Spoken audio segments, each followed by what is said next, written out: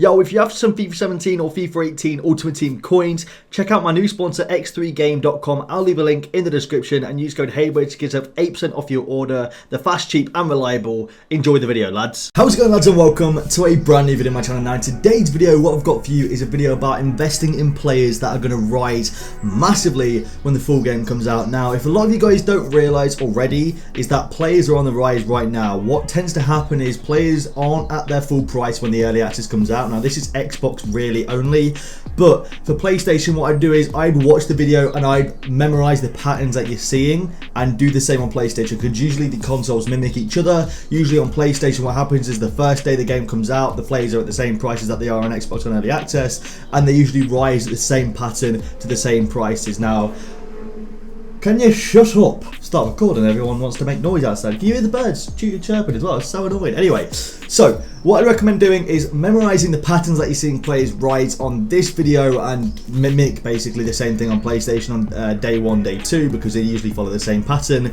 Now, you can choose when to sell the players. I'm personally going to sell the players when I feel like I'm going to get the most profit from them. Players maybe on the first day of the 26th, like on the 26th when the first day of the early access, but not 10 hours early access starts, up until maybe the 30th. I'm going to choose when I feel is right to sell the players. I'd personally say somewhere around the 29th, 30th is a good time to sell, because that's when demand is at its most, because people are wanting to buy those players then to get their teams ready for weekend league, stuff like that. I'm going to choose when the best time to sell is then and sell my players. But you can see the sort of players I'm investing in.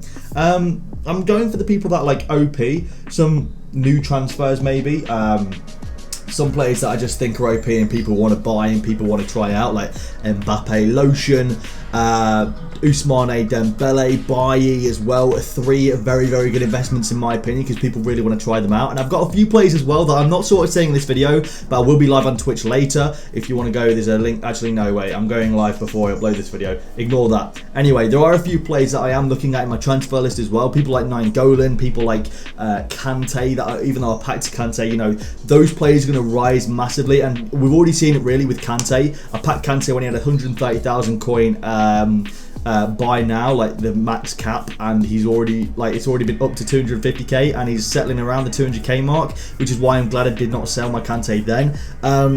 And it's the same for a lot of different players. What I feel like is the players that are OP, the people that really want to try out, like Mbappe, Ousmane, Tolisso is another one, Martial is another great one, Salah is a really, really good one as well, Kante of course, I think Bale might be a good one as well, even though he's a more high tier, he's a decent one to try out, and basically the ones you're seeing in this video as well. For example, off the top of my head, I was looking at Heung-min Son's as well. Son went from about 15k to 30k within a couple of days, and I think he'll carry on rising. Those kind of players. Now, the players I would not invest in, the players that I think are going to come down, are the lower rated players that have hype but won't have hype as much, like Rashford, Gabriel Jesus. They're at a really high price right now, and I think they'll come down quite a lot when people pack them when the game comes out. You know, Rashford's what, 78 something rated, like that? He's not going to stay at that price as a 78 rated. He's definitely going to come down. So I feel like those kind of players are the players that I would try and flip quickly, and don't invest long term in them, because I don't think they'll rise even more.